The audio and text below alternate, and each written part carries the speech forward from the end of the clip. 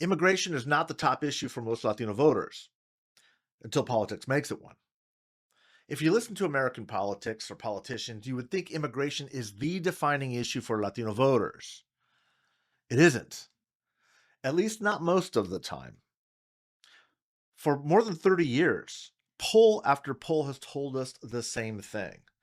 The issue that Latino voters prioritize almost every time is jobs, wages, affordability, the cost of living.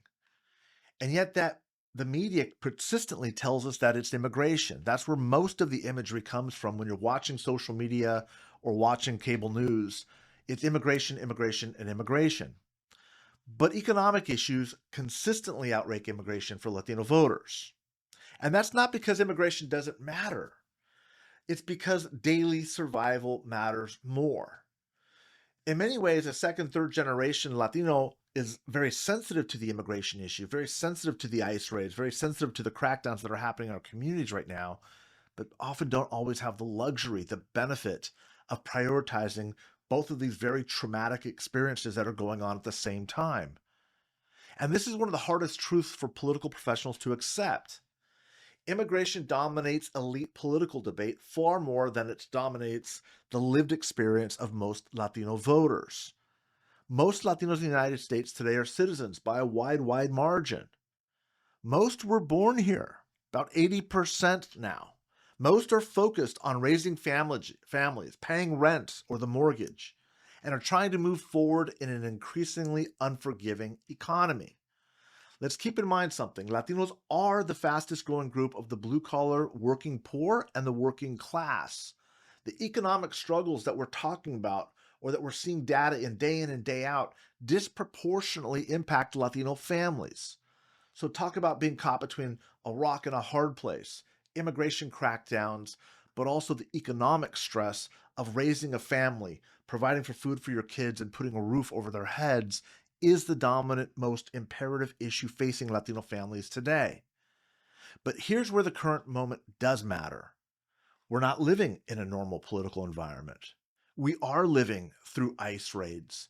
People are being hunted, mass deportations, and the intentional use of terror and fear as a governing strategy.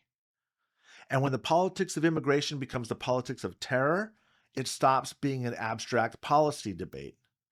It becomes personal. And this is the key distinction. Immigration, more often than not, is a proxy issue, a stand-in for deeper concerns about economic stability, social belonging, and institutional trust. But when enforcement becomes aggressive, visible, and ethnicized, immigration stops being a proxy. It becomes a lived threat. And this is why it's a mistake to say Latino voters are single-issue voters on immigration, because they're not. But they are highly responsive to perceived attacks on their community. And those attacks do not need to target them personally to be felt. In mixed status families, fear spreads horizontally. A raid does not have to hit your door to change how you vote. History shows this clearly. Latino turnout does not surge when politicians promise reform. It surges when communities feel targeted. Now, this was most pronounced in 1994 in California, the moment when Proposition 187, a very draconian measure that was placed on the ballot to prohibit undocumented people from receiving any type of government benefits, including emergency medical care. This moment, when Latinos felt under attack, it galvanized a multi-generational coalition for the first time in Latino political history. Again, for the first time, what you saw was those recently naturalized people who had just become citizens, maybe a few months or a few years before, voting with Latinos whose families had been here for generations or over a century. Together, ethnically, these voters came together and said, we won't put up with this, we're going to push back. And that sentiment and really characterized Latino politics in California, the country's largest Latino state, for an entire generation. In each case, immigration enforcement created a voting bloc where one did not previously exist. And this is why it's so important to understand the distinction between priority and trigger. Immigration is rarely, if ever, the top priority, but it is often the most powerful trigger for mobilization.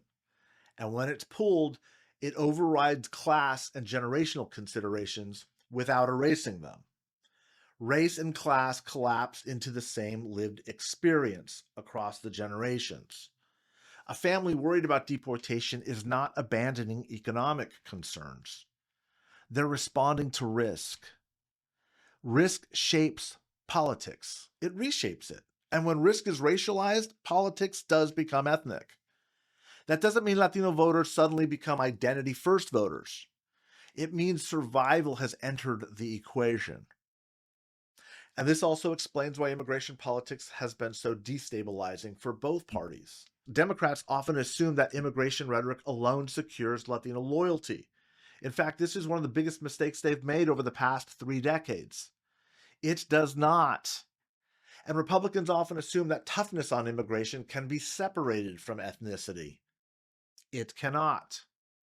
Enforcement strategies are read culturally, not abstractly. And so here's the deeper truth. Latino voters do not want open borders. They do not want chaos. They want order. They want fairness and humanity at the same time. And of course, these positions aren't contradictory. They're rational. They reflect a working class worldview that values stability without cruelty.